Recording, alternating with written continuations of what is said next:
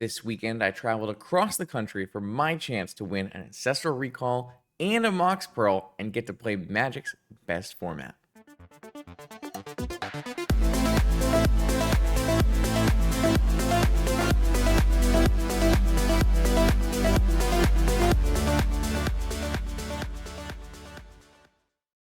Welcome back, Vintage Gamers, to a tournament report. I want to go through all the things leading up to and at the Oklahoma Land Run. It's the second land run I've been able to attend, and I have to thank the organizers for helping me make that possible. It is not easy for me to get out to Oklahoma City, but every time I do, I am continually impressed by the tournament that they are building out there. Record-breaking numbers for this year's event, and awesome Magic was had. Lots of people just in a great attitude, I think. Everyone was so happy to be there, playing the formats we all love, and it was just a really positive experience. So Oklahoma Land Run, for those you don't know, Oklahoma City, big tournament with Legacy and Vintage main events. There are Power on the line, Ancestral Recall for the Legacy winner, and Mox Pearl for the Vintage winner, including a commissioned original one-of-one painting. I should find that, actually. That one's really, really cool. Let me pull that up as well. Oh, this thing is so sick. Hold on. Boom, boom, boom, boom. Don't save image. Open image. Show the people. I was totally ready. I have all these tabs open, but that one didn't show up. Look at this. This thing is so cool. Let me bring up the actual image as well. So that's the painting. This is the digital paint version of it right here. But here's the actual physical painting, which was actually, given to the winner of Vintage. An original sketch of this painting was given to the winner of Legacy, which I think is a really nice commemorative prize to add on the top of these events. I feel like having something that you can forever have that shows your dedication to your craft, I think it's really awesome. I have a whole little it's like a table that has a bunch of trophies and memorabilia and things that I picked up over the years of stuff that I like to do, and having that I think is a great way to top off what is already a great Magic the Gathering prize in terms of power. So 3 events I played in this weekend. I played in a team trios event, I played in the Legacy main event, and then I played in the Vintage main event. I will go through all 3 of those events and go through round by round matchup reports, tell you all the cool stories that happened. I will hint that there was a crazy judge call. There were some interesting matches. So we have all of those to talk about. I'm going to go through at the very beginning my deck choice, how I came to this conclusion. This is why did I choose these cards, this deck. I'm going to go over what I thought was going to be the metagame, and then we will go over what actually was the metagame. I have the whole Land Run Vintage tournament data into one of my spreadsheets so we can visualize and look at what we saw at the Land Run. So without further ado, on the screen, people like to see the paper deck list. Yeah, I'm not the biggest paper deck list guy. I don't take the best paper deck list photos. This is my best attempt for you, the people, to check out my deck for this weekend. Of course, the Land Run is a nice, what's it called? Reserve list proxy tournament. So you can proxy any card on the reserve list. I think this is a really unique and creative way to get people into Legacy and Vintage and give them the ability to play the format. Now, I, of course, own my own set of power, but if I don't have to bring my power on a plane, I typically try not to. So you will notice here I have my power is proxy. My beautiful Madoka proxy is made by Nyx, Pigby Creative. And I also have my normal mental misstep. The mental misstep that I like to play with is the Eternal Weekend Top 8 one, but that is worth almost as much as my Lotus, so it doesn't make sense to bring that when I can play a normal mental misstep as well. So this is my proxied version of Jeskai, Lurrus, Pio. You can see I got a bunch of random foils in there. That's because I do want to play with my mental misstep, which is a foil, and so I'm trying to get as many foils as I can. I do need to pick up more, so I have a better balance, but we're working on it. I don't like to buy Magic cards very much, so I do have a nice mix of some sweet foils here. I do need to maybe start upgrading. Look at these PO foils. Someone came and showed me they had their own old frame PO foil, and I was so jealous because I got this. Actually, it's really cool. This story is really cool because during the pandemic, there was a store in Canada. I think it was Mythic, the Mythic store, the Mythic Gaming, Mythic something. They were hosting online events, and we actually had a weekly vintage event online that was kind of like an F&M style event. So I usually played some wacky off the cuff, off the wall, off the beaten path, some kind of some kind of idiom metaphor, something there. Decks at that event, and I usually did pretty well, anyways. So I actually ended up with a bunch of store credit at this store, and around the time that they were stopping hosting events, I started buying some cards from them for using my store credit. And one of the cards I got was this nice foil old frame PO. So lots of cool things happening in this deck list. As for the deck list itself, it's probably more useful to go look at the actual list, which I will link in the comments, but it is visible on my Moxfield page. All of my deck lists I play in any tournament, any stream, they're all on the Moxfield page. So if you ever need a deck list from something, just go to the Moxfield page. I'm not sponsored, but it seems to be the best way to categorize and have all these deck lists together. So they're all there. You should be able to find them. You can be able to search for them. It's filters and stuff. It's really nice. I don't know if you can go to I have them all in different boxes, but I'm not sure if you guys can see that. Either way, this is the deck I chose for the land run. So this is just PO, not to the surprise of absolutely no one. I still think this deck is extremely good, and I do think this deck is very good against the metagame I was going to expect to play. This is not the best deck in the format. It's clear to me, cut and dry, the best deck in the format is Lurrus, Frog, Tempo, Control, whatever you want to call that pile. Frog Wasteland deck with Lurrus. That deck is the best deck in the format. It's got a good jump on the rest of it.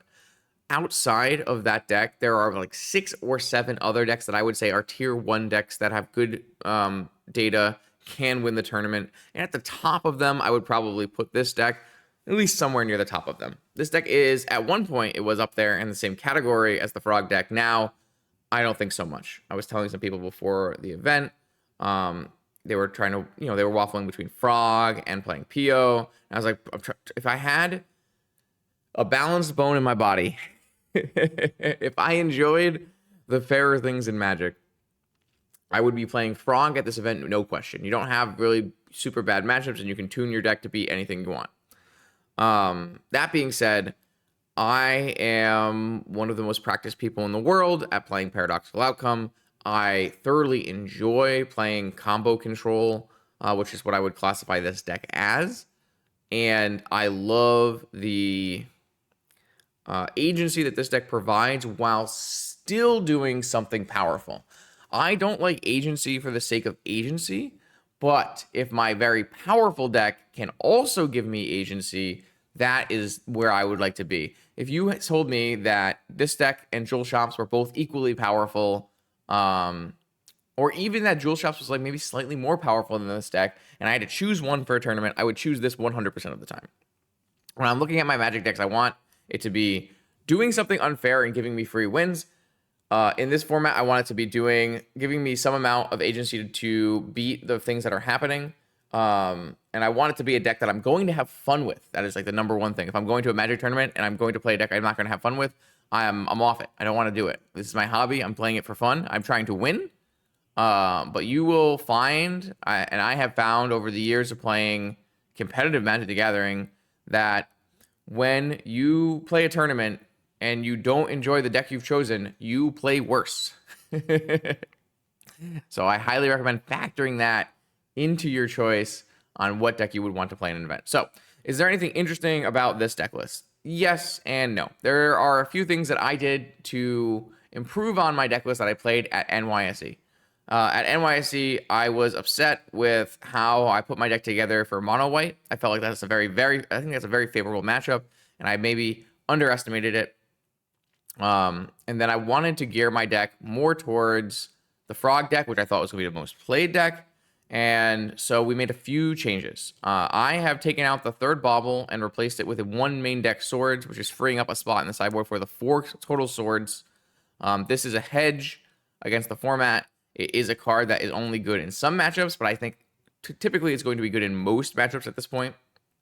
And I'm still playing the one sync, the one Lorien Revealed, and I not fixed, but I changed this the fetch land setup to include 4 Flooded Strands so I could play the sideboard Plains.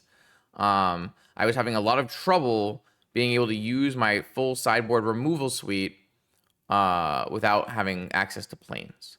That was kind of an interesting one. I'm not sure exactly if it paid off how I want to. We'll talk about it a little bit more when we go into actual games.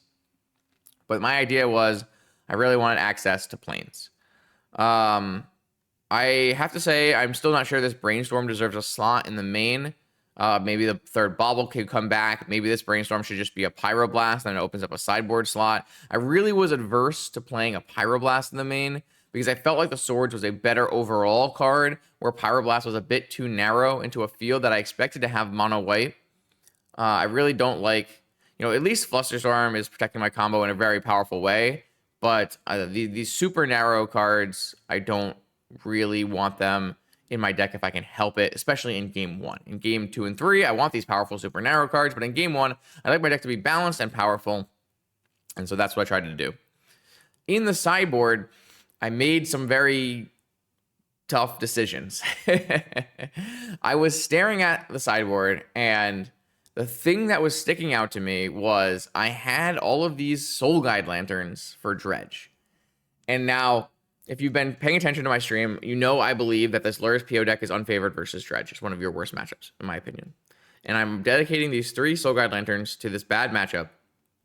And my thought process was, how much better am I versus Dredge with 3 Soul Guide Lanterns? And my conclusion was, I don't feel that the 3 Soul Guide Lanterns are worth having in my sideboard to slightly improve my Dredge matchup that I think is still losing.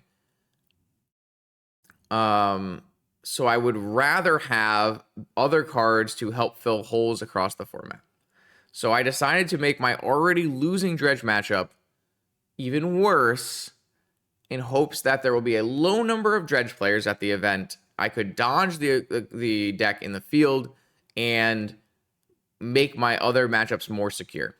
Now, I am not conceding the Dredge matchup because the Dredge matchup a lot of the times is not really coming down to that Soul Guide Lantern. It's coming down to, am I doing my powerful combo thing? Can I do my powerful combo thing in a fast enough manner to not die to Dredge? And so, I think you still have game in the matchup. It's a super unfavorable matchup once you take the Soul Guide Lanterns out, but I don't think you are conceding the matchup. I think you could still win the matchup. You got to get a little lucky. You got to be mulliganing correctly. You got to be looking for very proactive hands instead of having any reactive cards. This will end up being an interesting choice for the event as you go look at the data, especially with the way the Dredge decks actually ended up being configured for this event. They were very oddly configured. But that was the choice I made. I said, I'm only bringing these Soul Guide Lanterns in versus Dredge and versus Breach. I really don't like how they take up 3 sideboard slots and only minorly... I feel they only minorly improve the matchup. You don't have any way to tutor for them. They aren't like super haymakers. They're buying you time. I just felt like they were slightly improving a matchup that was already bad and only making it slightly less bad. So what did I put instead? So we have room for the 4 Swords to Plowshares.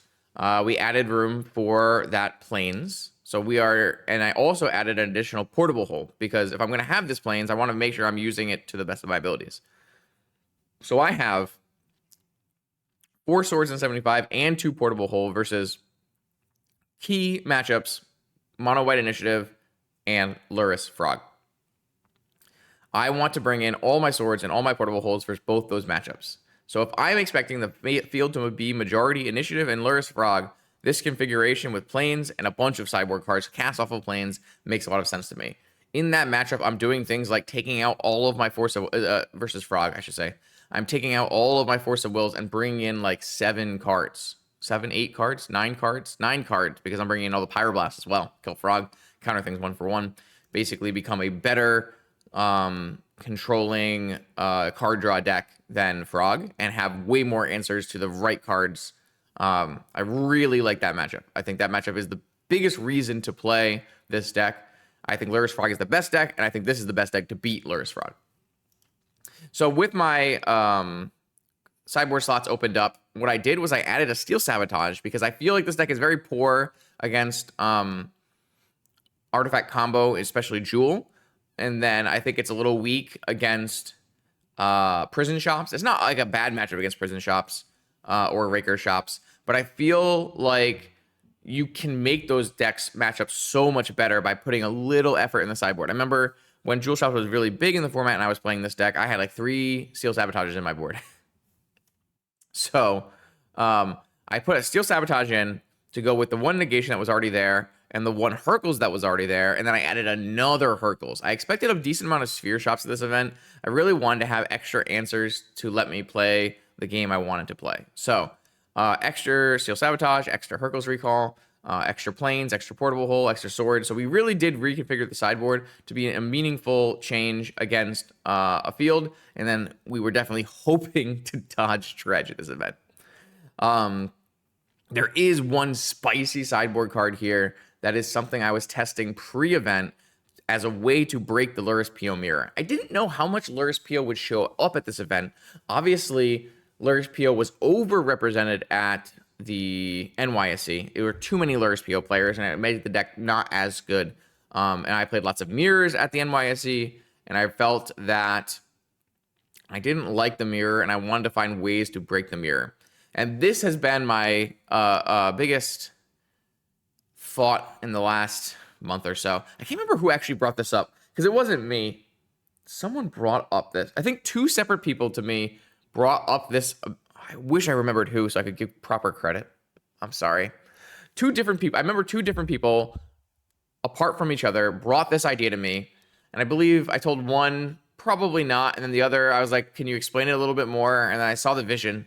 And so the thing I've been testing somewhat secretly, I have not been playing this in any streams. I have not published this anywhere until now. I had Frosty help me play some mirror matches pre-boarded to see how good it was.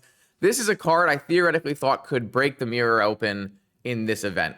When you don't know this card is in someone's sideboard, you are definitely you're not sideboarding to help beat it.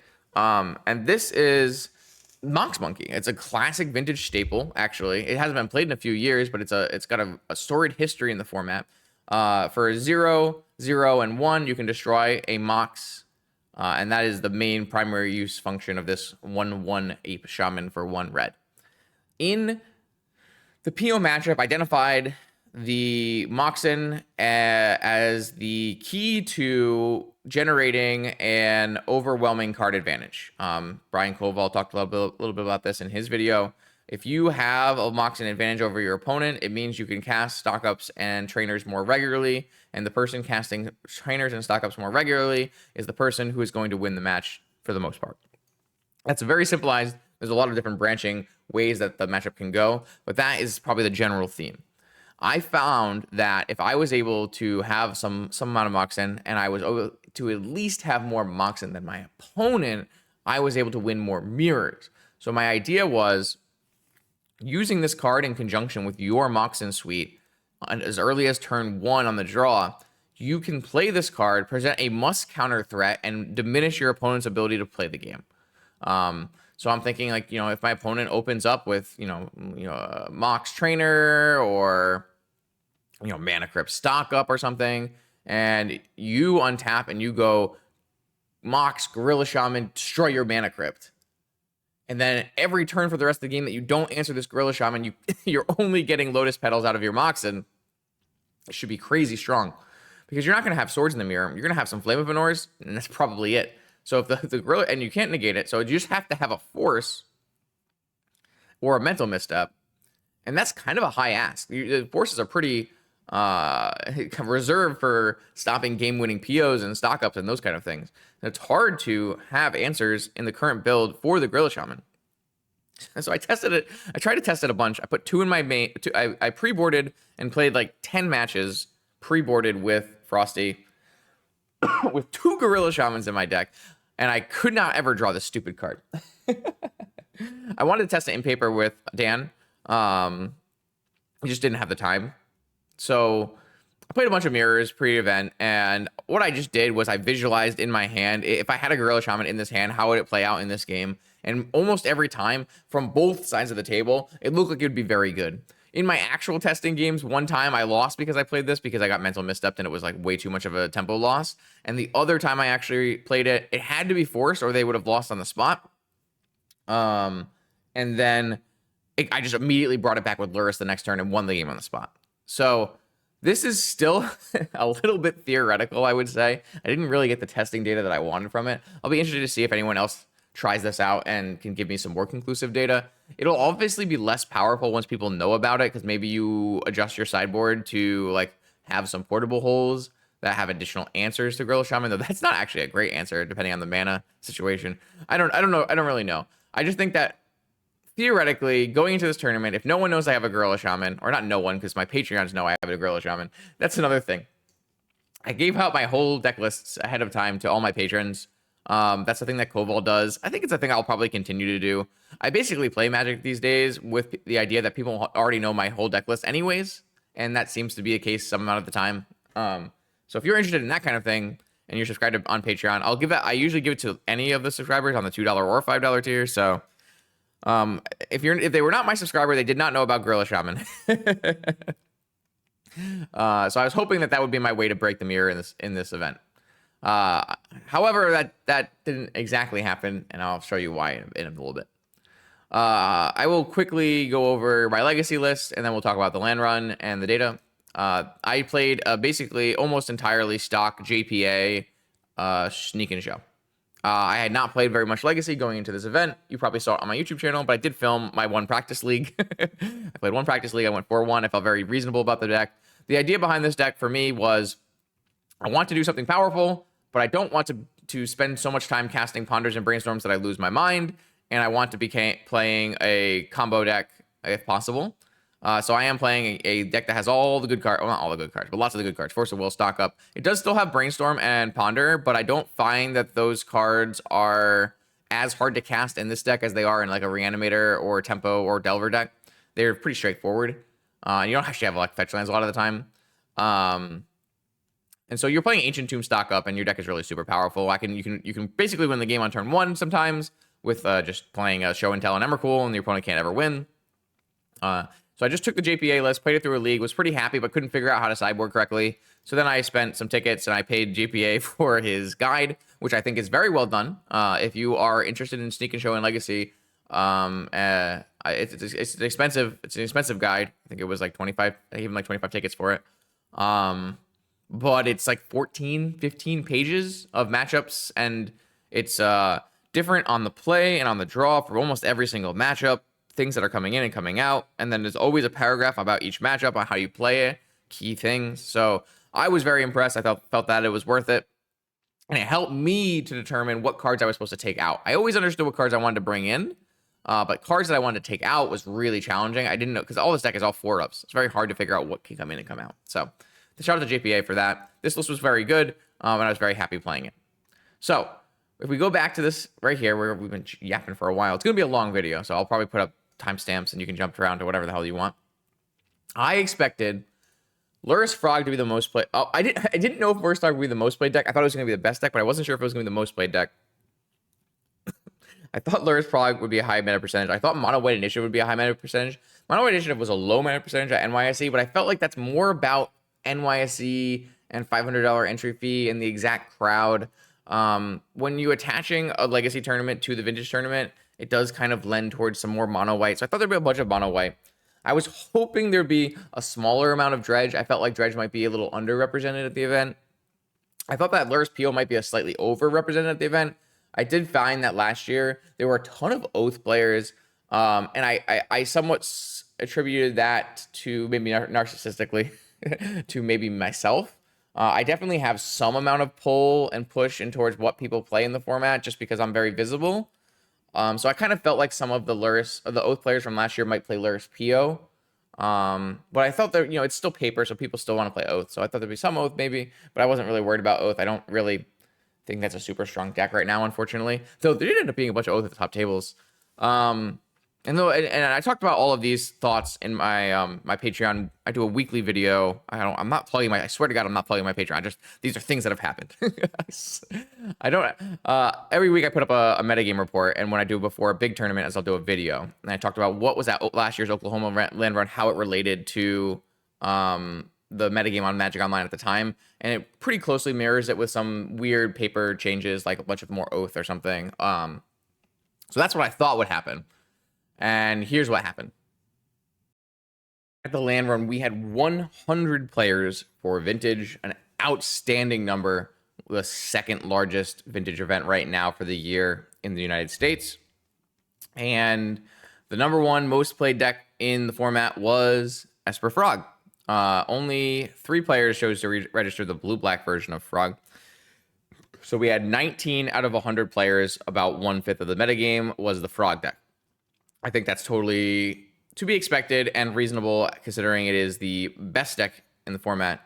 And it really showed up. We'll talk about win rates in a second. I just want to talk about the meta shares for a quick bit. The second most played deck at 10% of the field was Initiative. Dredge showed up with 9% of the field, which is a lot higher than I thought it was going to be. That's slightly higher than... it might be the same as Magic Online or slightly higher than Magic Online. So actually pretty mirrored to Magic Online. Lurrus PO, 9% of the field. Jewel Shops, 7% of the field. It's kind of nice that these are all out of 100. Doomsday, 6%. Oath, 6%. 5% Raker, 5% Breach. Only 3 players on the Sphere Shops deck. And then a bunch of other decks across Vintage's metagame. A pretty balanced share of decks here. I would say this is obviously with a standout being the Frog decks are 20%. That's not very uncommon in Vintage. A lot of times in most even balanced meta games, you'll see very high share meta shares, like 20% for a couple decks. So the fact that there wasn't even a couple decks, it was breaking all the rest of the deck. The other 80% of the field was broken out into a bajillion decks, but a couple of nice solid shares here. I think this is a really nice and wide field, which led to some players being able to claim that they played against a variety of decks across the day.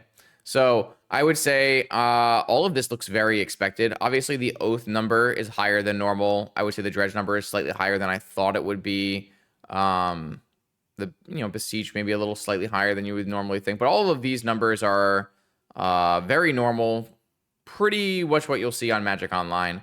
So in general, I would say this is very much a paper proxy event mirroring Magic Online, which has been the trend for a few years now. As for how those decks did, that's where it gets a little interesting. So the Lurrus decks across the field had a field day. Now, I didn't actually play versus very many Lurrus decks, but the Frog deck, which was the most played deck, it looks like the Esper deck was the correct choice, but hard to say because the numbers are so low. The 3 players playing blue-black had a hard time down here at 41%. The Esper deck had a very strong time at 58%. Normally, I think on Magic Online, those numbers are flipped around, which is quite interesting. I theorize because like the blue-black deck is slightly better in the mirror, so you have a slight percentage increase there. And typically the blue-black deck has more null rods and can be a little bit better versus Lurrus PO. There wasn't as much Lurrus PO today, so it didn't have that. If you combine the Lurrus Control 3 here with the Esper Lurrus, which is what I typically do for the spreadsheets, you end up with just a slightly less high. I'm not sure. I'm not sure exactly. Let me just do some quick math. 55.3%. So that is our combined Lurrus win rate. I think actually, when you look at it that way, it looks a lot nicer than 58% to me as the most winning deck. Obviously, this is an extremely high win rate. It is only one 100-player event, and considering how the last 100-player Vintage event had Lurrus PO as the overwhelming favorite at the top, I don't think super unreasonable. Obviously, this is a very high win rate, especially as the top-ranked deck. It pretty much solidifies what I've been saying in terms of this Frog deck is the best deck, but you'll definitely see as we move down on this list here, why I wanted to play Lurrus PO. So there were obviously 10% or so Initiative and Dredge gamers, and neither of those decks performed very well against the field. This I think is to be expected. When these decks are high play percentages, I think they do worse. There are linear decks that are easy to beat if you game for them, and the more people who are playing it, the worse the deck is going to be. And so those two decks did not fare very well. However, Lurrus PO ended up having a great time. Lurrus PO runs into Frog as the most played deck and is very happy to see that. It's not a hugely favored matchup. I know some Frog players were upset at me in the last round of the tournament. I was talking about how I wanted to play against Lurrus Frog because I thought that was a very favored matchup for me. And they were like, oh, very favored? I don't know about that. I'm like, what, 55%? Maybe more. I'm not 100% sure. But I do think that that's the big reason to play Lurrus PO. If you think that Frog is the most played deck, I think Lurrus PO is the natural counter to Frog. Just think about how you have a better draw engine and you have better answers to the cards they are using. Their draw engine revolves around Psychic Frog attacking and connecting, and that's very hard to do through 4 Swords of Plowshares, 3 Pyroblast, and 2 Portable Hole. They have to respect your combo, so they're bringing in, like anti-combo cards that are clunky. They have to keep all their forces so they don't die to PO, and you get to play just card advantage and 1-for-1 removal, and you are so happy playing that matchup. I played that matchup in the last round. I was just very thrilled to have that as a thing that can happen. You're also very thrilled as the PO player most of the time to play against Initiative. Initiative is another matchup that you're going to be very happy to see, but obviously this high dredge percentage is a problem, but not an unwinnable problem. And then following down, you had Jewel Shops, which I think was actually a pretty reasonable choice for the event. It's very good against Initiative and Dredge, which are some of the more played decks. It's pretty good against Lurrus PO. So I actually think that Jewel Shops gets to play pretty well against these 3 decks, but then suffers versus the control deck. Doomsday ends up being a terrible choice for the event because everyone showed up with Frog.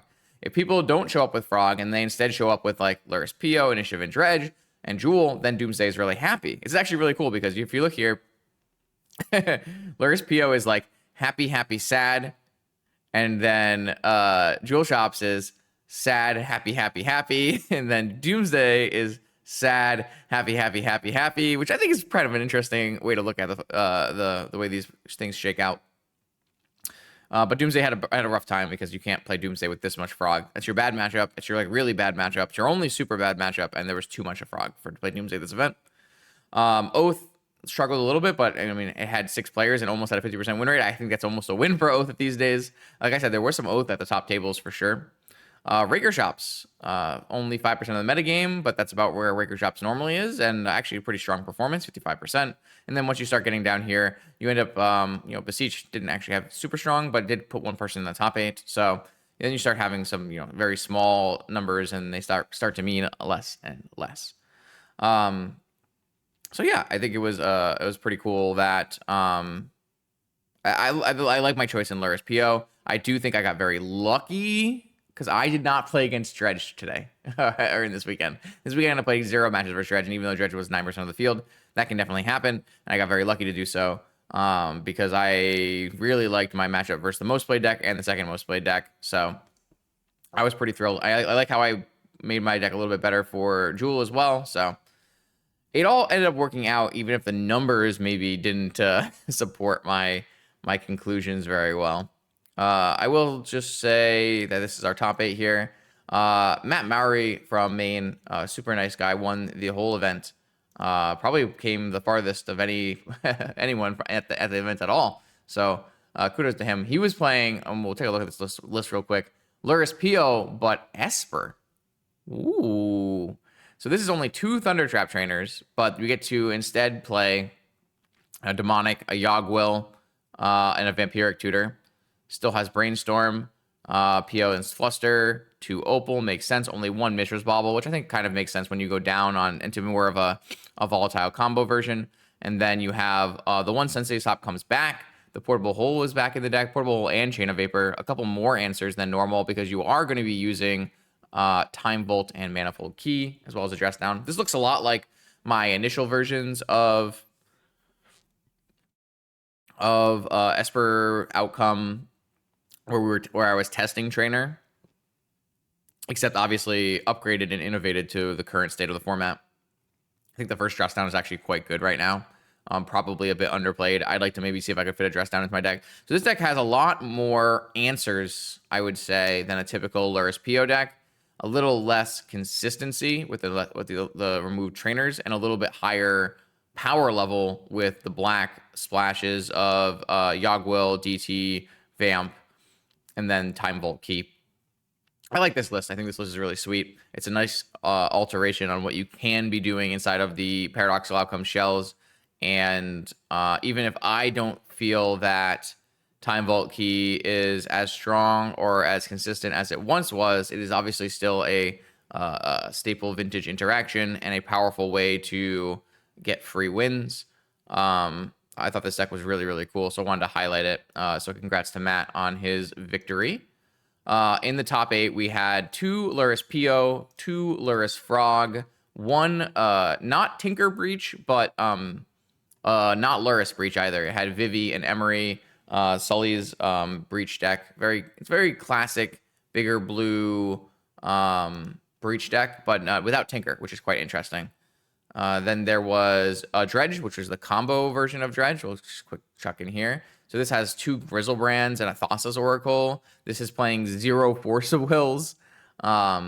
So quite a departure from the typical list you see online. But it is a list that is floating around and being played a lot in the United States in, I think, like the Romancing the Stones tournaments and those we saw a couple of these at NYSE as well. This is, no force combo dredges, I think what most people are calling it. So very, very cool deck. I will probably do a video on the channel with this deck. I believe I'll take the more interesting decks from the tournament and do videos on them as we wait for Edge of Eternities to come around. So I would say like the Vivi Breach deck will probably do a video. The combo Dredge deck will probably do a video. Maybe we'll do a video with the Esper Time Vault deck because we haven't done that in a while. But there was also a Beseech Storm in the top 8, and there was also Cats in the top 8, which is freaking awesome. I really like this deck. I think it's a very keen example of what you can do inside of your Wasteland shell. Your Lurrus Wasteland, Fair Blue. It's not like Frog is so much better than all of the other creatures that you have to play Frog. There are some powerful creatures that have been printed in the last few years. Guide of Souls, Ocelot, Pride work really well together. This whole package, we played it on stream in a little bit more of a not dumbed down deck, but like a worse deck where I played Cloud for the Skull Clamps. Here, instead of playing Cloud for the Skull Clamp, it just has 2 Skull Clamps, which makes a lot of sense. And the big thing we missed when I originally brewed this deck, because I played this deck a couple times in different iterations on the channel, was this Mockingbird is a nice glue piece here as a returnable creature with Lurrus that synergizes extremely well with your creatures and is 4 more blue cards for your forces. So this is a really cool deck as well. Maybe we do another run back with Cats. So actually, when you look at this top 8, which I don't normally look at the top 8 because that's not what I like to do. I want to look at the whole tournament. Pretty cool top 8. Multiple different decks, different styles. And once you start going down, you end up with a crazy amount of cool things happening. So let's just run through some of the other decks. Lurrus Breach, Oath is almost around the top. You know, any deck you see down here is going to be like 1 win away from top 8ing. You know, losing the win in for top 8 usually.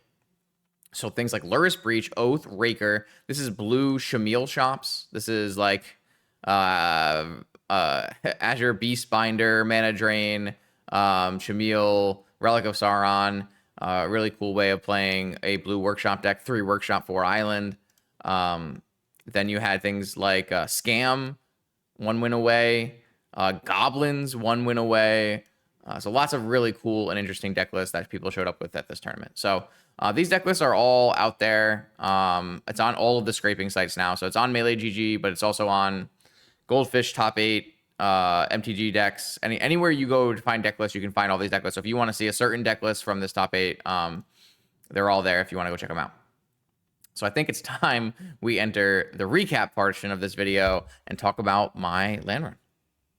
All right, so Friday starts off with team trios. I have a powerful team here. I got Dan, who is Dan9N and Nothing's Perfect in the Discord, one of the mods. And I got Ryan, the Mox Showcase winner, Wing Tsar on MTGO. So a very powerful team. Everyone give their condolences to Dan, because Dan is my friend and travel teammate who does not get to play the vintage seat in trios anymore. But took the bullet and played Legacy for us. And then Ryan was playing Modern. Ryan played Belcher. Dan played Esper Control with the Kaido. And I played the same Luris PO list that I registered for the main event. So I have notes here. We're going to go through all the matches and just talk about anything interesting that happened during them, how they went down. So started the land run up versus James, and James is always a bit of a brewer, has some really cool ideas in terms of, that is not remotely the deck list that I'm looking for. How do I how do I find the deck list? Because you need to see the deck list here. It's quite the banger. James, what is happening? Melee. So the problem is, this is a trios event, so it's kind of tough to. It's kind of tough. I have no idea. I have actual no idea. How do I? Because it has our modern decks here. All right, whatever. I'm just gonna go to his vintage deck, because I believe we played the same one in vintage. I wanted you to see this deck list because it's wild. It's a very cool idea. Okay, so round one, awesome, interesting deck. Round one. We start round one with this. James has this wild controlling brew. It's a Jeskai control deck. I'd say it was non-Luris because it plays 3 drops, but it does have Luris. It has 2 Luris in the main. It has Dovin. For anyone who doesn't know, Dovin is a one-sided make artifacts, instants, and sorceries cost 1 more, and it has like this little Maze of Ith effect on it. There's tons of amazing cards in here, like Standstill, High Noon, Deafening Silence, 2 Flame of Anor for the 3 wizards in the deck. Really interesting Jeskai control deck. Unfortunately, our match wasn't very interesting. In game 1, he had a Dovin and then a Lavinia, and I was like pressuring the Dovin with 2 Thundertrap Trainers, which means that it's going to go -2 every turn, even though it's preventing a damage or whatever. So it makes it kind of awkward. And also, Lavinia and Dovin don't work super well together, because this counters spells where you don't cast any mana, and Dovin makes things cost mana. So I was actually able to cast like a Luris Lotus through this, and I was able to maybe cast a Bobble or something. And so eventually I just like had way too much action, and I think I Flame of Anor, a Lavinia, and ended up winning with a PO. And then in game 2, I just had one of my broken PO starts, and unfortunately, it was like really hard for James to come back. So even though this deck was really cool, and I think it's actually probably well positioned against Luris PO, sometimes things just don't come together in vintage, and that happens. So that was round 1. Round 2, we have Esper Tinker, is what it's called here. So yes, this is okay. That hurts me. That hurts me looking at this list, because this whole Reacher kicked my ass. That's the that is the spoilers. So I started game 1. It was kind of awkward. My opponent played a Narset and activated it and found half a Vault Key, and then I had a 4th Erlinges, but I couldn't attack Narset. I didn't hit my land. I wanted to surveil land into a mana, so a Mox, so I could go 4th for 2, take the Monarch, and hit the Narset. But I couldn't. I could only go 3 mana, play 1 4th, and make sure the Narset didn't activate again. So I just had to use a 4th only to make a 2/2 and attack a Narset, which wasn't very good. But I still had a pretty solid setup. Everything was okay. I had a Flusterstorm in my hand, so I was feeling pretty protected. And then my opponent just ripped the Time Vault and killed me through the Flusterstorm. So I lost game 1. Game 2, I had a turn 1 Vexing Bauble that my opponent forced, and I forced back, and the Vexing Bauble just instantly won the game. So free Vexing Bauble win. And then game 3, my opponent led with Mox, Mana Vault, Land, Go. And my hand was Land, Mox, Mana Vault, Opal, and then I had stock up PO and force. And so we talked about it a lot with my team. I was like, I think I'm supposed to cast PO on turn 1 because the PO gets a lot worse and you're using the Mana Vault, and then you won't necessarily have, if you use your Mana Vault to stock up, you won't necessarily have the mana to PO in the future. And if my opponent Flusterstorms, I just let it go. It's totally fine. I have force up for their combo on their turn, and I can untap and stock up. So that was my logic and reasoning. Unfortunately, my opponent had turn 1 Hull Breacher with force backup in response to my turn 1 PO with force backup, which crushed me, and I instantly lost the game as my opponent untapped and cast Tinker for Blightsteel Colossus. Because apparently there is no Bolas Citadel in this deck. Wow. So I guess this Tinker in game 1 is just Volt Keying. This is a wild list. This is 4 Planeswalkers, 1 Hull Breacher, 3 stock ups. There's balance, 1 PO. Wow, what a crazy list. I had no idea that there was white in this deck. Leyline Consign, Blightsteel, Mentor, and the sideboard Mentor, sideboard One Ring. Wow, okay, crazy. So yeah, I got turn 1 Hull Breacher into turn 2 Tinker Blightsteel. So sometimes that's the rub-ins here. I guess I should go back and say we did win round 1 as the team, and then we lost this round 2. Okay, and then round 3 came along, and I played against the Mirror. Yes, I played the Mirror here. Just a classic Jeskai PO Mirror match. And unfortunately, it was not a super interesting match. Game 1, I had a really cool. This was the one where I had really cool Black Lotus land 4th for 2 on turn 1. I'm a big fan of doing that. If you can have a force backup for your turn 1 4th Earlingus for 2, it's like a whole hollow one. It's going to be a very fast clock. You're drawing extra cards. It's kind of hard for your opponent to ever really get back the Monarch. So I basically played a Delver strategy where I played a turn 1 4th for 2 and just countered all of my opponent's things to win. And then in game 2, we both had Ancestral hands that were a bit on the slower side. And neither of us was able to resolve Ancestral, I believe. But I just had more mana, I got a better advantage, and was able to pull through from that spot.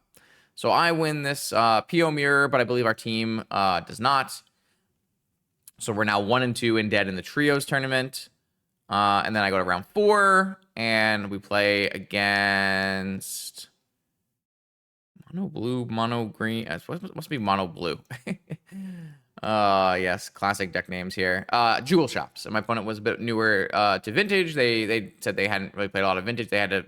It's really funny because a lot of teams there, especially our team, all 3 players wanted to play the Vintage seat, and this team of no one wanted to play the Vintage seat. So I played against Jewel, and my opponent rolled a 5 on game 1.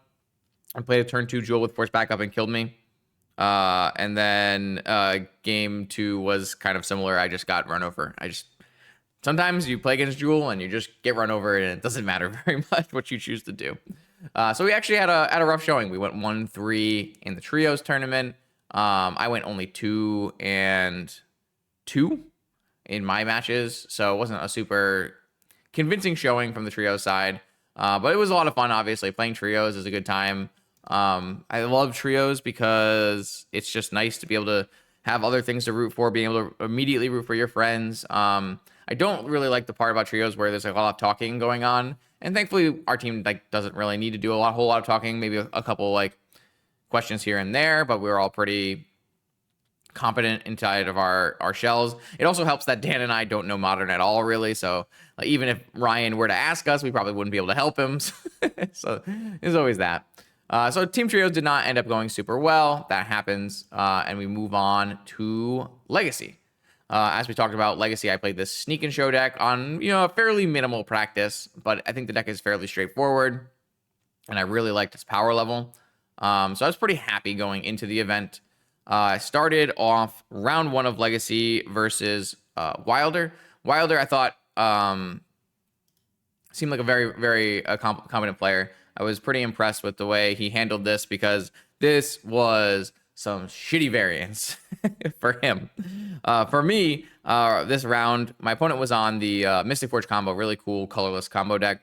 I went turn 1, Ponder, turn 2, Stock Up, turn 3, Show Omniscience, cast Emrakul, cast Atraxa, cast Emrakul. Dedge. And then game 2 was even worse. I just went turn 1, Show and Tell, and Emrakul into play. And to my opponents' credit, they went for a pretty solid turn 2. They had a bunch of action. They made like 10, 11 mana or something crazy. Unfortunately, their payoff was this Ugin, Eye of the Storms, which like exiles colorless spells that have colors. And Emrakul is not colored. It has always colorless. So this was forced to just be like 7 mana, draw a card. And my opponent did find their out off of that, which was Karn the Great Creator. Karn the Great Creator could have gotten Ensnaring Bridge and actually stopped the Emrakul, and it would have been a pretty hard game for me to win. But unfortunately, they had the Ugin, didn't find the Karn, and then they just got hit by the Annihilator Emrakul trigger. I think they actually did end up with a pretty solid performance for the rest of the day, so shout out to them. But yeah, that was just I high rolled the crap out of my opponent, and that is kind of why I like to register decks that have that ability. Like, oh yeah, I'm playing up against a strong Mystic Forge player. We might have a hard matchup, but if my deck can give me some free wins along the way, then we got to take that. So we go to round 2. We got Jelly Fingers. I love some people have some very fun and creative melee names here. But this was Mono Red Stompy. Mono Red Stompy. That seems like an extremely sneak and show favored matchup. They just like don't have a lot of cards that really interact with you in like a powerful way. There's these like Disruptive Flutes and Pyroblast in the board, but that's not really going to be doing a whole lot. So in round 2, my opponent went turn 1 Fable, and I went land, Sneak Attack. Oh, sorry, not turn 1 Fable. Land, Sneak Attack. Emrakul, board wipe through the ring. So the ring prevented my Emrakul from dealing damage, but I wiped out all the reasonable permanents, and then at the next end step, I put an Atraxa into play, attack with an Atraxa, and that's basically all she wrote. In game 2, I had sideboarded in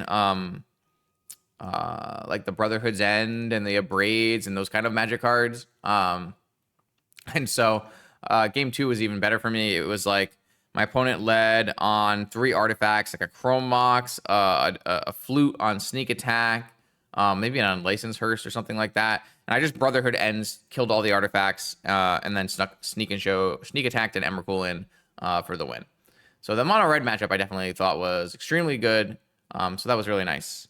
Round 3, I don't have any notes on because I played Sully on camera. I have this camera match here. Maybe we'll play it through it on 2x speed here. This was a pretty fun match on camera. If you want to watch it, all of these, all 3 tournaments are on the Red Dirt Gaming. This is the Twitch VOD, but they're also on YouTube. If you'd rather watch it on YouTube, this might take longer than I would like it to. Let's see if I can just skip through it a little bit here. So we have Thoughtseize. So Sully's on Reanimator. I'm just gonna keep saying Sully every time, aren't I? It's kind of hard to see here, but I have a nice redundant hand that has Sneak Attack and Show and Tell, Ponder and Brainstorm. My opponent is gonna take Show and Tell here, which leads me to believe my opponent is. Oh, sorry, this is the first game. So in the first game, he goes after my cantrip. So it takes the Brainstorm first. I cast Ponder. It gets Dazed. So my opponent just like going after my ability to put together the combo. Then I cast the Sneak Attack. I cast the Sneak Attack. My opponent Brainstorms. My opponent Dazes. I have the 1 Simian Spirit Guide to pay for the daze. Another Brainstorm. The Sneak Attack resolves. Then Surveils. I don't find a creature for a little while. Entomb gets forced. And then eventually I find Atraxa and I just win. So it's kind of an interesting one. I played it into the days because I knew I had the Simian Spirit Guide. My opponent took an interesting route of trying to attack the cantrips, which kind of worked a little bit, but didn't lurk for long enough. We sideboard. All right, so this time Thoughtseize sees Sneak Attack, Show and Tell, Grafdigger's Cage, Brainstorm, Lotus. And this time, I believe he takes the Show and Tell. And so to me, that means my opponent probably doesn't have a daze, because I'm representing a turn 2 show and tell. My opponent probably doesn't have a daze. So I resolve my cage and my Lotus Petal, and my opponent Thoughtseize me again. I believe I'm thinking about whether I'd like crack the Petal to brainstorm a way to protect, but I choose the Thoughtseize resolve. This Thoughtseize is going to either take sneak attack or stock up. Takes the stock up. So then here I have to make a decision. My game is not really getting better from this spot. If I end up getting wastelanded, it's like super bad for me.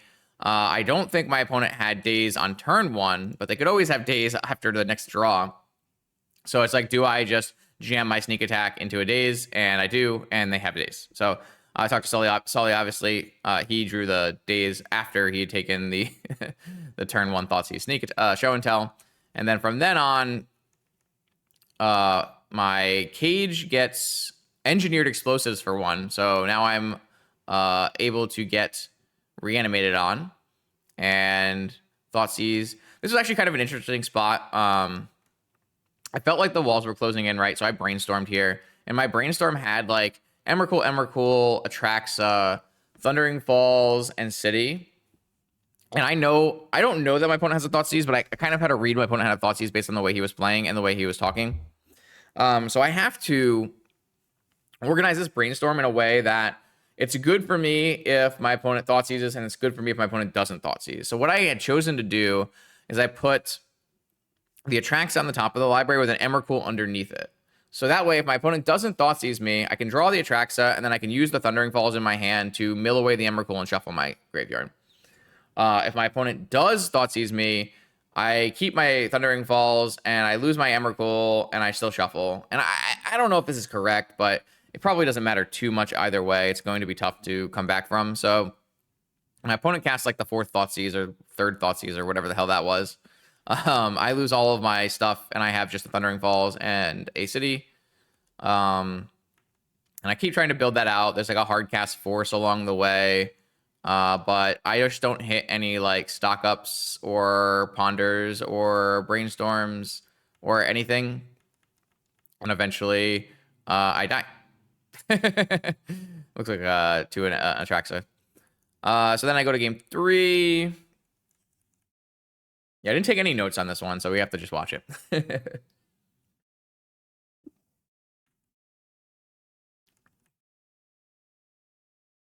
I mulligan, and I led with a cage. Let's see. Let's go back, because there's a lot of shit and stuff in the yard here.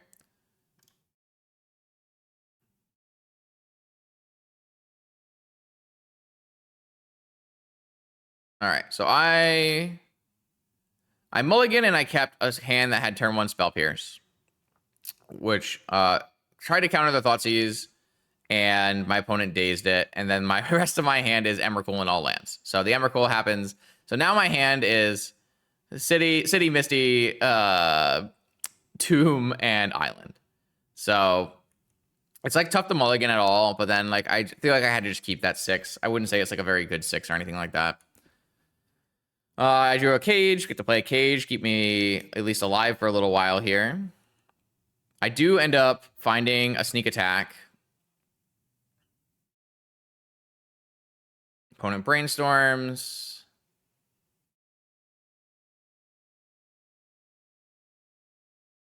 And finds force. Force is my sneak attack.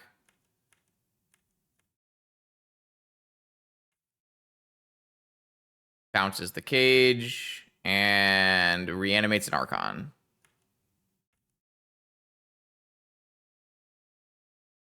I have a stock up finally.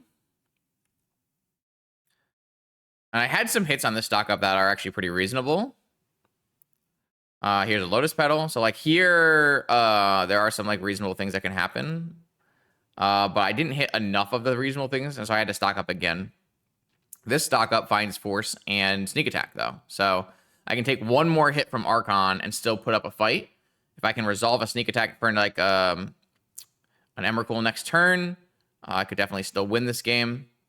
So stock up stock up really changes everything. And I hit 2 stock ups, but I hit them too late. If I hit the stock ups earlier in this game, it feels totally reasonable. But of course, I had no cards in my hand, right? So I have to get lucky and hit the cantrips and stuff that are in my deck. But there are a lot of cantrips in this deck, so it's a little unfortunate. So we go to our turn. This is the last turn. We'll give the old college try here. I believe I had like just enough mana to do the things I wanted to do. So I start off with the sneak attack. It gets force of negation. I force back, and my opponent forces back. So 2 forces, counters the sneak attack, and I die. My last 2 cards are actually Show and Tell and Emrakul, but my opponent knows that this Arcana is just killing my everything, so. So I lose to Solly. Tough one, but I think some interesting stuff happened in that game.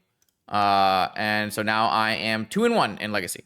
So round 4 comes around. I'm up against Frowning Table, Jacob, who is on the Reanimator deck. And just a normal, I don't think it's a normal, straightforward Reanimator deck. I believe he made like lots of very intricate changes that made his deck very strong. But I just don't know what those are. So check out his Twitter if you want to learn more, I guess. Game 1, my opponent casts Entomb, which I force, they force, and I force. And then, unfortunately, my opponent draws another Entomb, and I die to an Atraxa before I do anything else in that game. Game 2, I get Wastelanded, and I have... Oh, no, sorry. Game 2, my opponent kept a very interesting hand, which was Wasteland, Force of Will, no other lands. And he just misses forever, basically. I resolve a sneak, but I don't have a creature, and I like don't find a creature for an extremely long time, but my opponent doesn't find a land for an even longer time. So I just end up winning a pretty free game 2. Game 3 comes around. I keep a hand with early cantrips, and I let a Tamiyo go because I felt that I had this, like, I had Show and Tell and Brainstorm with Force backup, and I thought that it was better to not fight over the Tamiyo and just try to push through my combo in like a short period of time. So I cast my Brainstorm, and my Brainstorm draws me 3 Grafdigger's Cages. So my Brainstorm breaks about as hard as possible, and then I just die to a Tamiyo and I am now 2-2 and dead for top 8 in this tournament. But I am in Oklahoma City to play Magic, so it is time to play Magic. I go on to round 5 versus Ryan, and we have a fun match here with Izzet Delver. Cool deck. This seems like an atrocious matchup, I must say. In game 1, Ryan plays 3 Dragon Rage Channelers, and I immediately die. In game 2, it was a bit better of a game. It was a really long game where I cast 4 stock-ups, full 4 stock-ups. And I eventually get a sneak attack going. I try to keep my life total high enough that I don't die to a bolt. So I kept my life total like right around 5. And I was able to get in there. And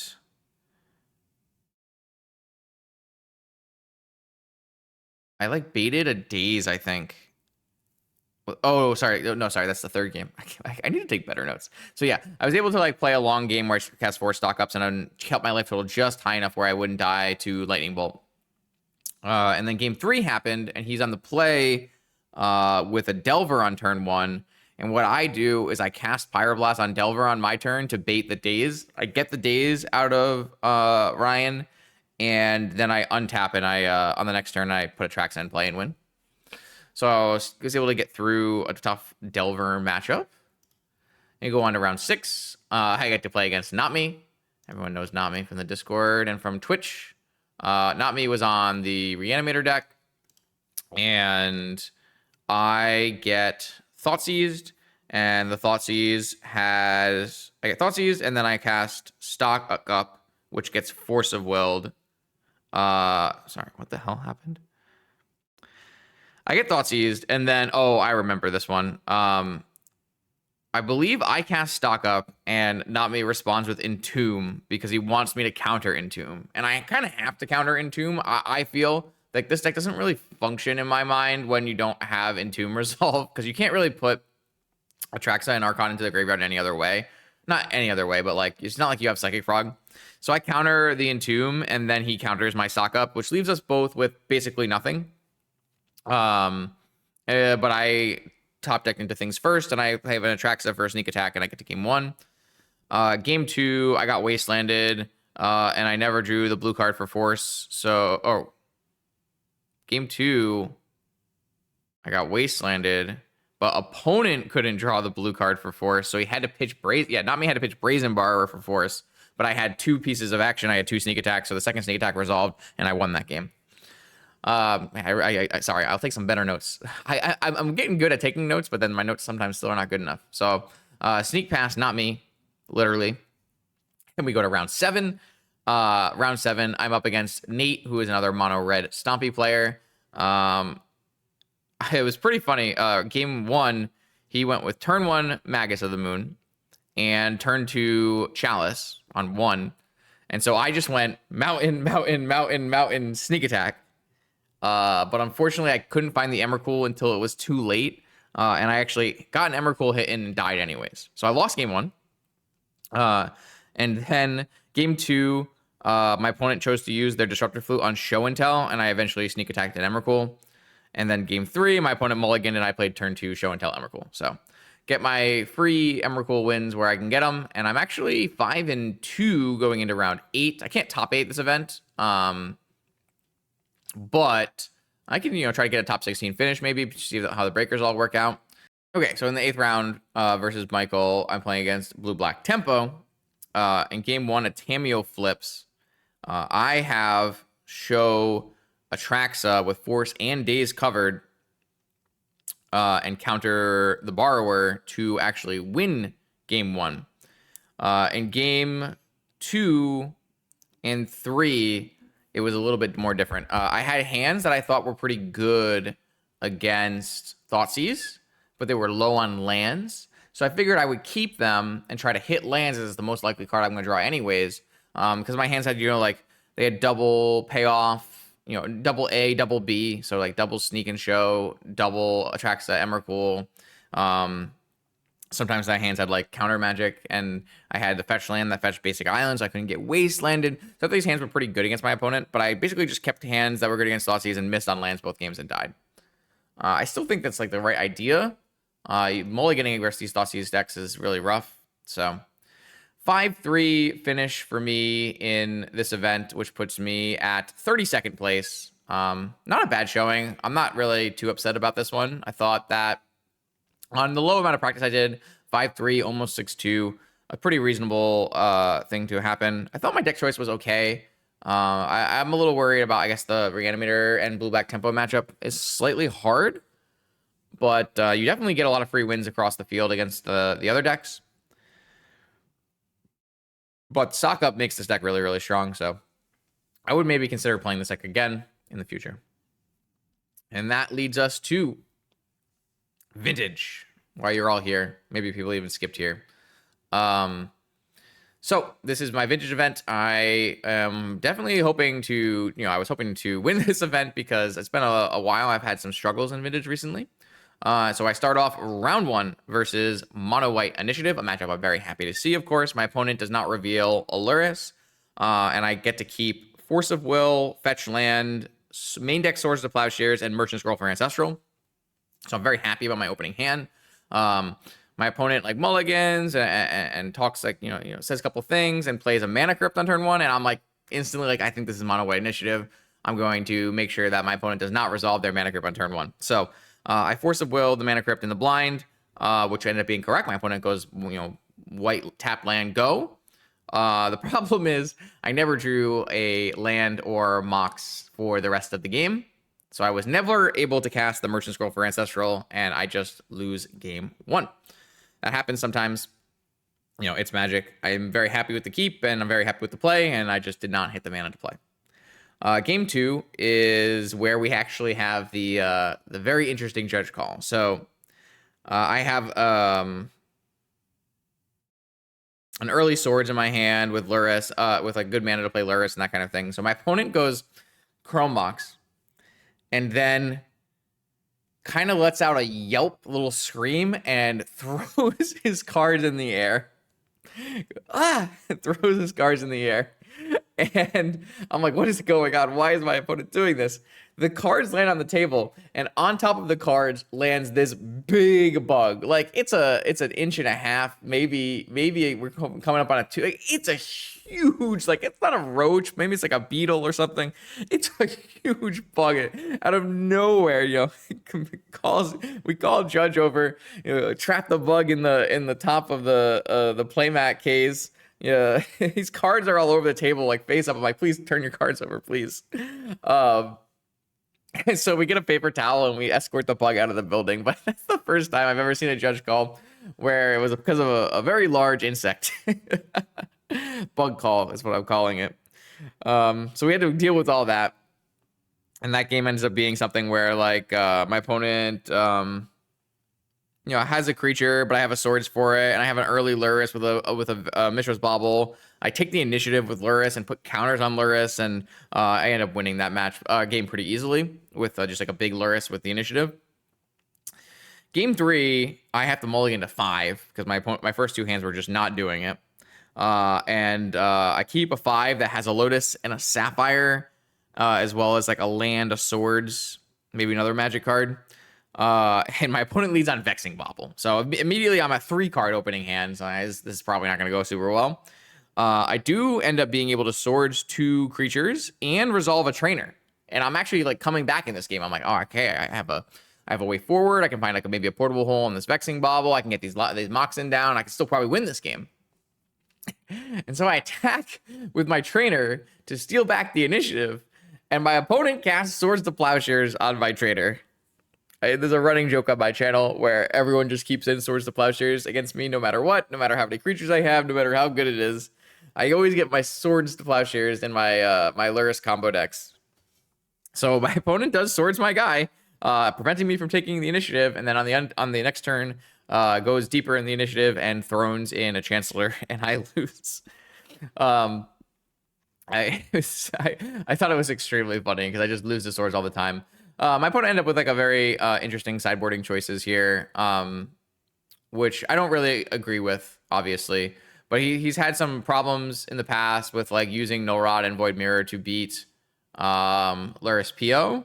And obviously in game 2, I won the game by taking the initiative with my Lurrus. So in game 3, he had boarded in Swords to Plowshares and Dismember instead of things like Null Rod and Void Mirror.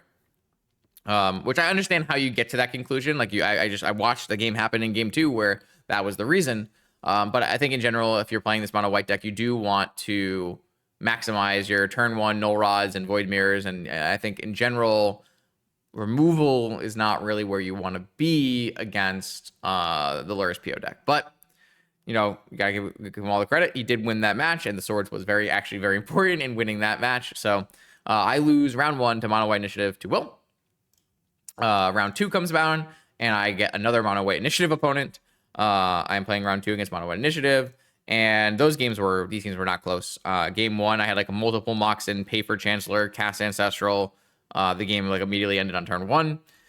In game 2, I had some good lands and a Mox. I swords a turn 1 Clarion Conqueror. I developed forward with a trainer, and I cast a big 4th Aerlingus and win. So not super interesting there. So now I'm 1-1. We go to round 3. This was a crazy match. I'm up against Rager Shops, and my opponent goes Workshop Crawler, and I'm looking at a hand that has like Island Ancestral Force, and I'm like, I really don't want there to be a Crawler in play when I cast this Ancestral. So I force the Crawler, and then my opponent goes, okay, Lotus Crawler. Still in the same turn 1. So I cast an Ancestral, I draw a bunch of cards, and I can't like put together a way to remove a Crawler and like move the game forward. And so I just lose on turn 1. Or I lose game 1. Game 3, I have Mox, slam a PO on turn 1, not playing around Mindbreak Trap at all. As you can see, there are Mindbreak Traps in this list, and that will come up in the future. But I just felt like I had to do it before my opponent made active plays, and that actually ends up being very important because my opponent did have a Vexing Bauble in hand. So yeah, I went Mox, PO on turn 1, and I missed on action. I hit all mana. So I play Lurrus with my mana, and I'm holding a Hercules and a Swords to Plowshares in my hand. My opponent plays Vexing Bauble, Grafdigger's Cage, Monolith Key, Crypt Saga, huge hand. Basically, I let the Saga go for 2 turns. He makes constructs, and then I take a big hit, and at the end of turn, I Hurkles everything to the hand. So he has to discard the hand size. And I go to my turn, and I think about playing Mishra's Bauble from my yard, as I drew a Snapcaster to snap back Pio. And I was like, oh, I have a Mox in my hand. I have already Hurkles my opponent's Vexing Bauble. So I could go Mox from hand, Mishra's Bauble from the yard, snap Pio for like 7. But I stop myself, and I go, I should play around Mindbreak Trap. I'm still probably going to win if I snap a PO. I should play around Mindbreak Trap. So I snap a PO, and I draw some cards. I go play it all out. And it's not going super well. I don't have like a Sapphire or an Opal, so I don't have a blue. So I'm like, okay, I think if I Hurkle, or maybe I did have a Sapphire. I was like, okay, if I Hurkles myself, I think I have enough mana now where I can like get a couple more actions and maybe win the game on the spot. So I Hurkles myself, and then my opponent Mindbreak Traps me. So playing around Mindbreak Trap was huge, and probably the actual reason that I won this game was not playing around Mindbreak Trap on turn 1, but then playing around Mindbreak Trap later in the game. I was really happy with myself for making that play. But this Mindbreak Trap was pretty good. It stopped the Hurkles, which means I couldn't hold up Flame on my opponent's turn. So I was a little weak to like a natural Time Vault, but I could still hold up Swords. And so I use Swords on a Fleshraker and a Swords on like another Fleshraker later in the game, and I win game 2. Then game 3 happens, and boy, game 3 was a mess. Game 3 was a super mess. So I mulled a 5 in game 3, and I had to bottom a Mox so I could keep. I think I bottomed Mox and Mox Opal so I could keep like Force of Will, Ancestral Swords, Land, something like that. And so my opponent goes and slams turn 1 Lodestone Golem, which I would have absolutely let resolve, wouldn't have cared because I would have had Mox Swords, the classic counter to Lodestone Golem. But I put the Mox on the bottom. So I had to force Lodestone Golem and just cast Ancestral. And I hope it worked. I Ancestraled into some hot garbage, let me tell you. I think my Ancestral might have been 3 Swords to Plowshares or something like that. It might have been like 2 Swords of Plowshares and an uncastable spell. It was really, really bad. So my opponent basically just got to do whatever the hell they wanted. So they had a Mana Crypt, they got a 1 ring, they used the 1 ring, I forced a 1 ring, and then at the end of all of this, they have a Mana Crypt, they've been using an Ancient Tomb, they have a 1 ring that has a bunch of counters on it, and they're dying to their own cards. All the damage is their own damage. It's Ancient Tomb, it's 1 ring, it's Mana Crypt. And so I'm playing a game of, I have 2 lands, 3 swords, a trainer, and I'm like, it's on you, man. What do you got? And my opponent keeps taking damage, loses a couple flips, wins a couple very important flips, and the game continues to a point where he's dead to like a crypt flip, basically, and has like 2 turns of ring if he wins all of his crypt flips. And so he wins the crypt flip and starts to try to like put together a patchwork kill, attack with a patchwork, because his Sensei's Top is spinning and just like not finding anything. And so he's like playing cards. He plays like a Chalice on 1, has a Vexing Bauble in play, has a Grafdigger's Cage in play, and then plays a Mystic Forge. And I'm like, that might not work out the way you want it to. Goes to play a card off the top of the library, and I say, no. You have that Grafdigger's in play cage in play. You can't cast spells off the top of your library. Players can't cast spells in libraries or graveyards. So that actually throws a huge wrench in my opponent's plan. He's like throwing things into his own Chalice and trying to make a big enough Patchwork Automaton to kill me, but can only get the Patchwork up to 10 and doesn't end up having the gas to win before the 1 ring kills him. He didn't find another 1 ring to turn off the 1 ring. The Mana Crypt was there. He won enough flips that won both the last 2 flips, but just still did not get enough to power through. So it was a crazy match. I feel extremely lucky to win the game 3. I was on Mold of 5. My hand was garbage. It just didn't work out. But so sometimes these decks collapse upon themselves. I don't think that my opponent was supposed to have 2 Grafdigger's Cages in. I understand why. Like, Lurrus can be a pretty big problem card in this matchup, but I think that's like fighting on the wrong axis a little bit. I talked to my opponent about it a lot. I think the first cage is like more justifiable. You can get it with Urza Saga, but yeah, it doesn't come up a lot. But Grafdigger's Cage, Mystic Forge is a non-bow, and it actually was able to get me a win here. So I am now 2-1, moving on to round 4. We're up against Jason, Florida Legacy Club. I know my opponent's going to be on Oath. We both have our preferred deck, and Oath is what Jason likes to play. Game 1, I lead on Mana Crypt Trainer, which is a little bit dicey against Oath. It's a little bit bad to put a creature into play, but I have to find action, right? I use my Trainer. I get my Lotus. On turn 2, I cast a Stock Up. My opponent brainstorms in response to Stock Up, so I'm thinking, okay, maybe they really want to try to counter this Stock Up. Doesn't find anything. Stock Up resolves, so I assume that's my go button. And so I like go off, cast Time Walk, and just like PO a bunch and win. Game 2, I have an Ancestral Draw Go hand, and my opponent also had a full counter Magic Draw Go hand. So we play like maybe 6-7 turns of back and forth lands until I find like the right spot to like go for my Ancestral. It's hard for him to counter it. I have all of these spells in hand, and then I just overpower him with tons of draw. So I end up winning round 4 versus Oath. Round 5 versus, I think it was Tree, maybe. But I play against Mono White Initiative again, and this is another example of just my opponent getting very unlucky. I had broken hands against this Mono White Initiative opponent. In game 1, I had a broken mana hand. I like played a Lurrus and a PO and stuff on like turn 1 before my opponent even played a game. And then in game 2, I thought it was a little bit more interesting, even though it still ended up being a bit of a non-game. My opponent kept a hand that had Chancellor, Chrome Mox, Mox Opal, Mox Pearl, Void Mirror. So my opponent establishes 2 white mana rocks and makes it so I can't play spells that don't have colored mana paid into them. So, and that's with Chancellor backup, right? So I can't counter it. So my opponent doesn't have a land, but he has the white mana. So any of even the colorless land, like even a wasteland, is going to let him play a 3-drop.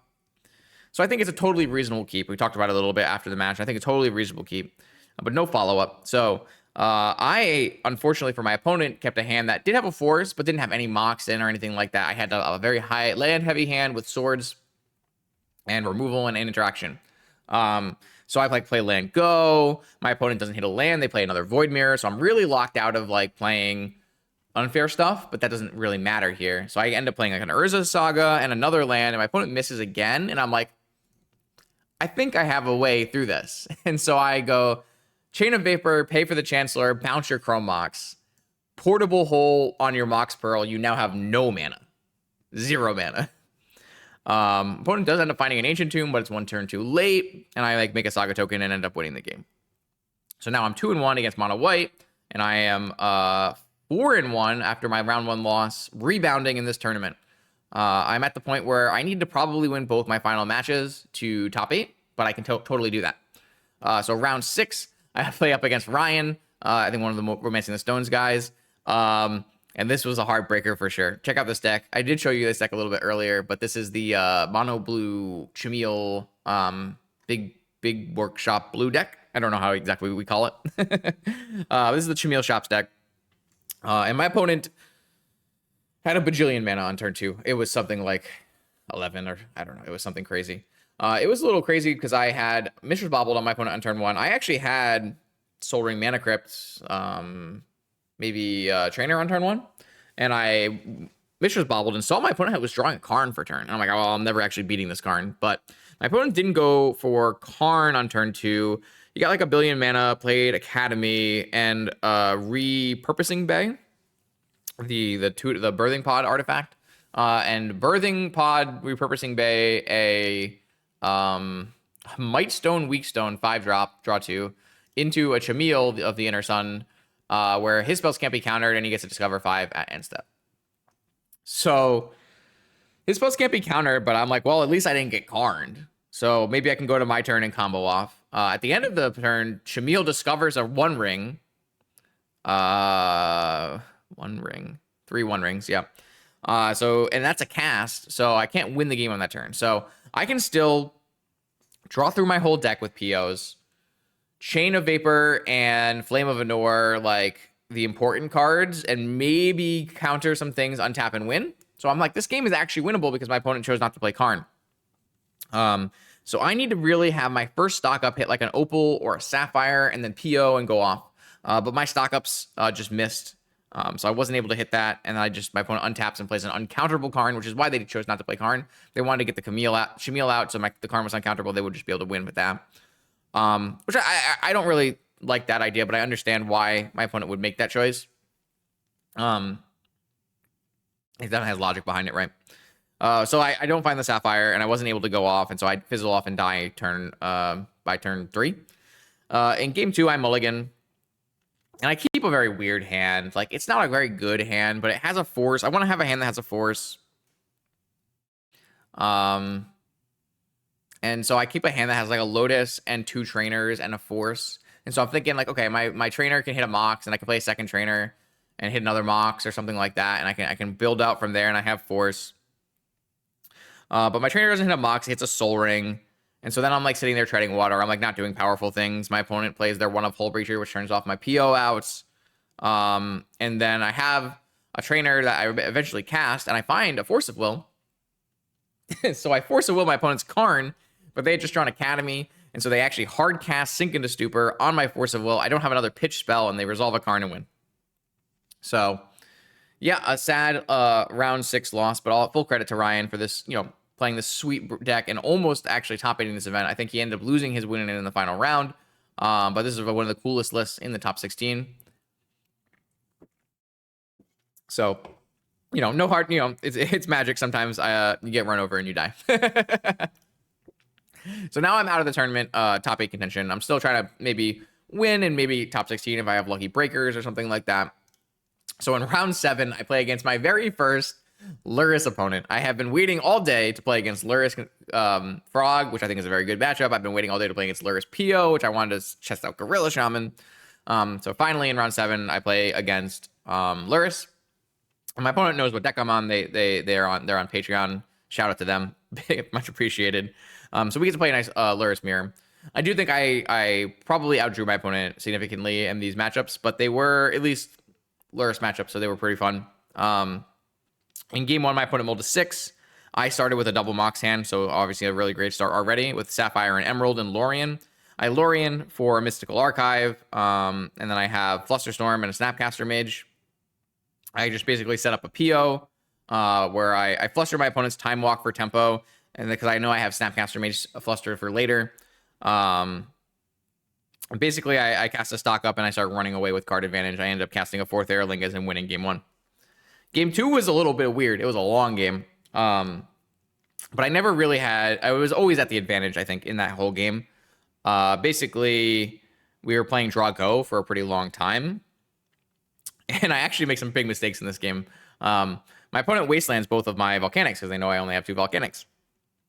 I actually took a 4th Aerlingus off of a trainer. And I had no way to cast this card. And I even fetched. And I couldn't fetch anything because I had already used so many lands.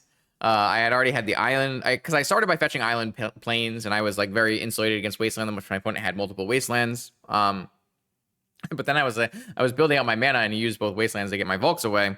I actually had drawn my last land, my Tundra, before I had done that. So I fetched and fetched nothing. So the game ended up going a little bit longer. In this game, I cast all 4 Swords to Plowshares on things like Orcish Bowmasters and Frogs and Lurrus. So my opponent was never really able to gain any card advantage because they never really hit with a Frog or anything like that. And so like late game stock ups start coming. And I never really like do any POs or anything, but I just stock up and trainer. And eventually I just win this game with an overwhelming amount of mana. Like I think at one point maybe there was a Null Rod in play to turn off like 5 of my Moxen or something, but then I just get rid of it. But it was a pretty prime example of why I like to play this deck into Frog is because I feel like I'm actually better at drawing cards in the Frog deck. And like I can basically play this draw go late game style deck. It was a matchup though, and a game that made me think about maybe reconsidering should I like I know some other players have a 3rd Volk in their deck for the matchup. I'm not really sure I want that, but it is something I want to think about a little bit more. So It was fun. We had a good time. We made the most of it. I think even though I won, I still ended up in 19th place, and I had basically no shot of really top 16ing here. Like the breakers go really high. I think if either of us had won, we wouldn't have top 16. So we probably were both playing for nothing anyways. So we had a nice fun. I got to play a nice, at least enjoyable Frog versus PO matchup.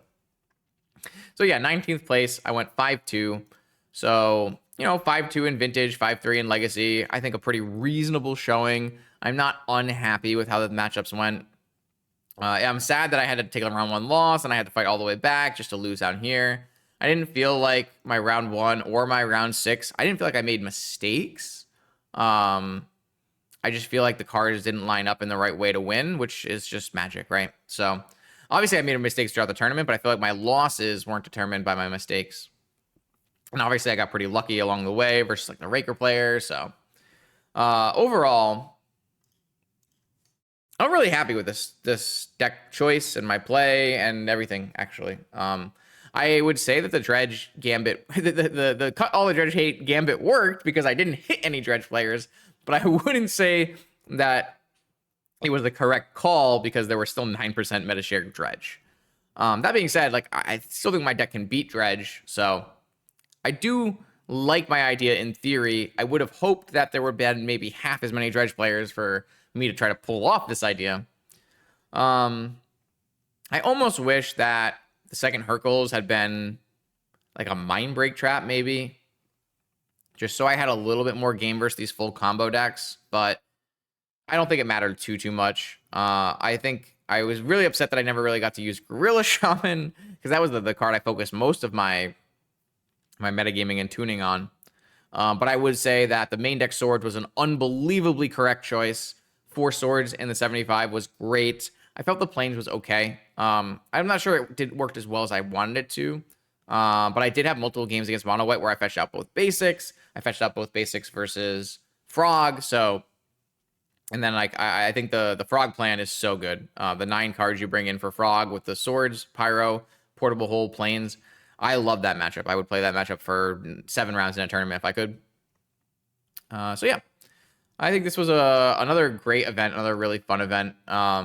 I am definitely planning on going again next year, assuming they host it. I highly recommend everyone else go as well. Highly recommend everyone show up, sign up early. They have like nice early bird specials where there's like extra cost reduction for signing up early, and everyone who signs up early gets entered into like dual land raffle. I know Not Me won a free plateau just by signing up early.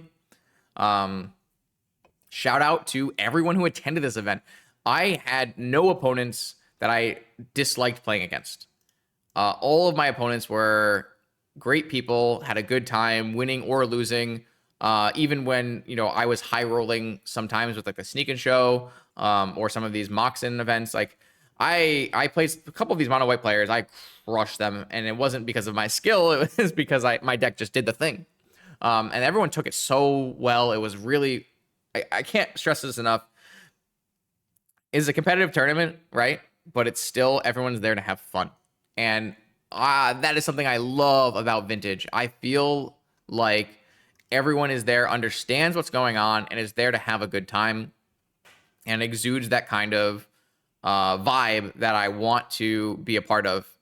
And so shout out to everyone who attended this event. And like I met a lot of people and saw a lot of people again for this event. I said hi to a lot of people. I apologize if I ever forget your name. I do think I'm doing a very good job of remembering faces, and I'm like, oh, I remember seeing you. Maybe remember some of the matches we played. But I talked to just tons of different people about tons of different things. Everyone was so nice, and I can't wait for the next Oklahoma Land Run to come around. Assuming that the U.S. makes flights available in a realistic manner, that's definitely going to happen again. So that's going to be the end of this recap video. It's going to be a long recap video. Thank you if you stuck around and enjoyed the content. I will go back to making gameplay videos for the rest of the week. Like I said, I'm going to take some of these lists and we'll play them on stream. If there's a specific list from this event that you want to see played, make sure you let me know. Say it on Discord, drop it in the comments. The ones that stick out to me are the combo Dredge deck, the Esper PO deck, the Cats deck, the Vivi Emery deck. I probably won't play the Jamil deck on stream again. I've played this deck before on stream. It's not for me, but that is a sweet one. I'll probably play Goblins on stream. I'm very impressed with this Goblins player that they went 5-2. Goblins is a very hard deck to pilot right now because of the amount of removal in the format. So shout out to Robin here. Not shout out for naming deck Is It Merfolk, but I should shout out people. People were very good this time about naming decks that the actual deck that they played. I have to manually go through these and recategorize them because of the way Melee works. So I applaud everyone. I think maybe we had 97 deck lists that were the correct or closest naming structure to their actual deck. So I did not have to do too many reclassifications. So shout out to everyone for that. Please do that. If you play a Melee tournament, try your best to fit the deck to the right name. So it just makes my life easier. And I can get you the metagame information so you can complain about Lurrus or whatever. As for me, I have a bunch more tournaments coming up. I'm going to be a special guest at Steel City Spectacular in Pittsburgh, where there is a tournament, a vintage tournament for a Black Lotus. There's also a legacy tournament for a bunch of dual lands, and I think the main event is a 20K CEDH event, if that is your fancy. I will be there. Koval will be there. Should be a really fun time. So I have a Pittsburgh tournament coming up in, I believe that's in August. And then I am locked in to play all 3 Eternal weekends. So hopefully I will see everyone in Pittsburgh, Lucca, Italy, and Japan. I mean, I won't see everyone in Japan, but if you're in Japan, definitely come say hi as well. More vintage content on this YouTube channel every Monday, Wednesday, and Friday. I'll see you then.